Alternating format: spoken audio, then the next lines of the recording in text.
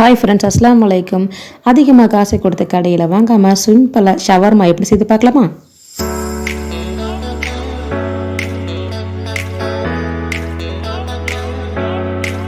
Shawarma செய்யறதுக்கு பார்த்தீங்கன்னா, நான் மசாலாமே எல்லாமே ஒரு பிளேட்டில் போட்டு மிக்ஸ் பண்ணி வச்சுருக்கேன். அதை நான் சைடில் நான் கொடுக்குறேன் என்னென்ன சேர்த்துருக்கேன் அப்படின்ட்டு. ஒரு 1/2 கிலோ அளவுக்கு பார்த்தீங்கன்னா சிக்கன் நான் வாங்கி வச்சுருந்தேன். அதை இதில் எல்லாத்துலேயுமே இந்த மசாலாவெல்லாம் போட்டு நம்ம மேக்னேட் பண்ணி வைக்க போகிறோம்.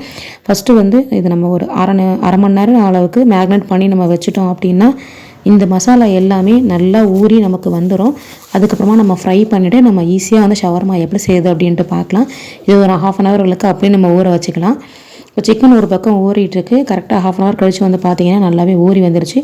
இப்போ இதை நம்ம லோ ஃப்ளேம்லேயே வச்சு நம்ம பொரித்து நம்ம எடுத்துக்க போகிறோம். இப்போ பார்த்தீங்கன்னா ஷவர்மா நம்ம கடையில் வாங்கி கொடுக்குறத விட நம்ம வீட்டிலே பார்த்தீங்கன்னா முன்கூட்டியே சின்ன சின்ன வேலைலாம் நம்ம ப்ரிப்பேர் பண்ணி வச்சுட்டோம் அப்படின்னா செய்யறதுக்குமே கொஞ்சம் உங்களுக்கு ஈஸியாகவே இருக்கும். நான் மார்னிங்கே பார்த்தீங்கன்னா சரி இன்றைக்கி ஷவர்மா செய்யலாம் அப்படின்னு சொல்லிட்டு நான் மார்னிங்கே ரெடி பண்ண ஆரம்பிச்சிட்டேன். மதியானம் லஞ்ச் வேலை எல்லாமே முடிச்சுட்டு நான் சிக்கன் மட்டும் பண்ணி வச்சுட்டேன். இப்போது ஒரு பவுலில் பார்த்தீங்கன்னா 1 டேபிள் ஸ்பூன் அளவுக்கு ஜீனி, 1.5 டேபிள் ஸ்பூன் அளவுக்கு பார்த்தீங்கன்னா ஈஸ்ட்டு நான் சேர்த்துட்டு கொஞ்சமாக தண்ணி சேர்த்து இதை மிக்ஸ் பண்ணி அப்படியே ஒரு 1/2 ஹவர் அளவுக்கு நான் அப்படியே வச்சுக்கிட்டேன். இது ஒரு 1/2 ஹவர் அப்படியே விட்டுட்டோம் அப்படின்னா நமக்கு நல்லா ஈஸ்ட் நல்லா ஆக்டிவேட் ஆகி வந்துடும். அதனால் நான் ஒரு 1/2 ஹவர் மாதிரி விட்டதுக்கப்புறம் பார்த்திங்கன்னா நல்லாவே ஈஸ்ட் நல்லா ஆக்டிவேட் ஆகி வந்திருக்கு. உங்களுக்கு பார்த்தாலே தெரியும். இப்போ நம்ம குபுஸ் ஃபஸ்ட்டு நம்ம செய்ய போகிறோம். அதுக்காக தான் பார்த்திங்கன்னா ஈஸ்ட்டு நான் நல்லா ஆக்டிவேட் பண்ணி வச்சுக்கிட்டேன். இப்போ பார்த்திங்கன்னா மைதா மாவு நான் ஒரு 4 கப் அளவுக்கு நான் எடுத்துக்கிட்டேன். அந்த மைதா மாவு இப்போ நம்ம இதில் நம்ம சேர்த்துக்கலாம். சலிச்சிட்டு சேர்த்துக்கோங்க. இதை கூட ஒரு 3 டேபிள் ஸ்பூன் அளவுக்கு கடலை நான் சேர்த்துக்கிறேன். சேர்த்துட்டு இதில் நம்ம ஈஸ்ட்டு ஆக்டிவேட் பண்ணி வச்சுருந்தோம் இல்லையா, அதை நம்ம இதில் கொஞ்சம் கொஞ்சமாக சேர்த்து கையில் நல்லா மிக்ஸ் பண்ணி விட்டுக்கோங்க. கொஞ்சம் கொஞ்சமாக சேர்த்துக்கோங்க. இதில் தண்ணி அதிகமாக போயிடுச்சுன்னா மைதா மாவு கொஞ்சம் செட் ஆகாது. அதனால் ஃபுல்லாக சேர்த்துட்டு நான் பார்த்திங்கன்னா ஃபுல்லாகவே பிசைஞ்சு வச்சுட்டேன். இப்போ இதுக்கு மேலே பார்த்திங்கன்னா ஒரு 2 டேபிள் ஸ்பூன் அளவுக்கு கடலை எண்ணெய் சேர்த்துட்டு நான் ஏதோ ஒரு 1 மணி நேரம் அளவுக்கு நான் மூடி வச்சுட்டேன்.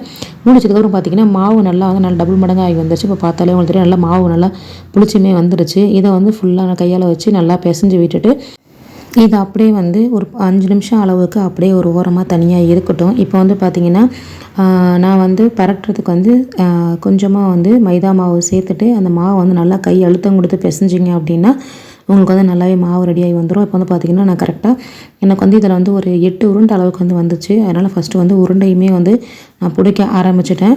இப்போ பார்த்திங்கன்னா மாவுமே நமக்கு ரெடியாகி வந்துடுச்சு. இப்போ நம்ம போட்டு எடுத்துக்க வேண்டியது தான். கொஞ்சமாக மாவு டஸ்ட் பண்ணிவிட்டு இதுக்கு மேலே பார்த்திங்கன்னா ஒரு பேடாவாக நான் வச்சு நம்ம சப்பாத்தி மாவுக்கு எப்படி நம்ம உருட்டுவோமோ அதே மாதிரி கொஞ்சம் தின்னாக நீங்கள் உருட்டிக்கோங்க. நடுவில் மெலிசாவும் சைடில் கொஞ்சம் மொத்தமாகவும் இருந்துச்சுன்னா போட்டு எடுக்கும்போது உங்களுக்கு சரியாக வராது. அதனால் நான் கொஞ்சம் திக்னஸாகவே தான் நான் போட்டுக்கிட்டேன். போட்டு தோசைக்கல்லில் போட்டு இதுக்கு ஆயிலெலாம் எதுவுமே அப்ளை பண்ணவே கூடாது. அப்படியே நார்மலாக நீங்கள் போட்டு எடுத்திங்கன்னா உங்களுக்கு ஃபுல்லாக இந்த சைடில் நல்லா ப்ரெஸ் பண்ணி விட்டு எடுத்திங்க அப்படின்னா உங்களுக்கு சூப்பராகவே நல்லா உப்பி வந்துடும். குபுஸ் போடுறதுக்கு தான் கொஞ்சம் லேட் ஆகும். நாம் எல்லா குபுஸையுமே போட்டு ரெடி பண்ணி வச்சாச்சு.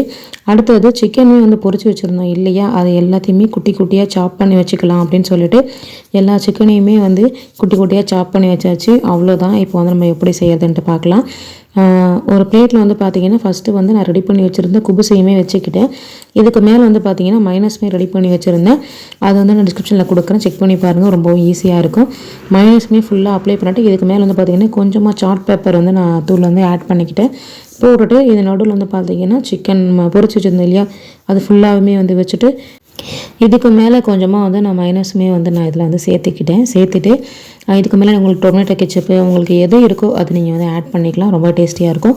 இதுக்கு மேலே கொஞ்சமாக பார்த்திங்கன்னா முட்டைக்கோஸு, அப்புறம் ஆனியனு, டொமேட்டோ இதெல்லாமே வச்சு நம்ம ரோல் பண்ணி சாப்பிடும்போது அந்தளவுக்கு சூப்பராக இருக்கும். எங்கள் வீட்டில் எல்லாருக்குமே ரொம்ப பிடிச்சிருந்துச்சு. அதிகமாக காசு கொடுத்து கடையில் வாங்காமல் சிம்பிளாக நம்ம வீட்டிலே பண்ணலாம். நீங்களும் ட்ரை பண்ணி பாருங்கள். இந்த வீடியோ பிடிச்சிருந்தால் மறக்காமல் சப்ஸ்கிரைப் பண்ணுங்கள். ஃப்ரெண்ட்ஸ் அண்ட் ஃபேமிலிக்கும் ஷேர் பண்ணுங்கள், லைக்கும் பண்ணிக்கோங்க. அப்போ தான் எனக்கும் ஒரு மோட்டிவேட்டடாக இருக்கும். அடுத்த ஒரு நல்ல வீடியோவில் மீட் பண்ணுறேன். தேங்க்ஸ் ஃபார் வாட்சிங்.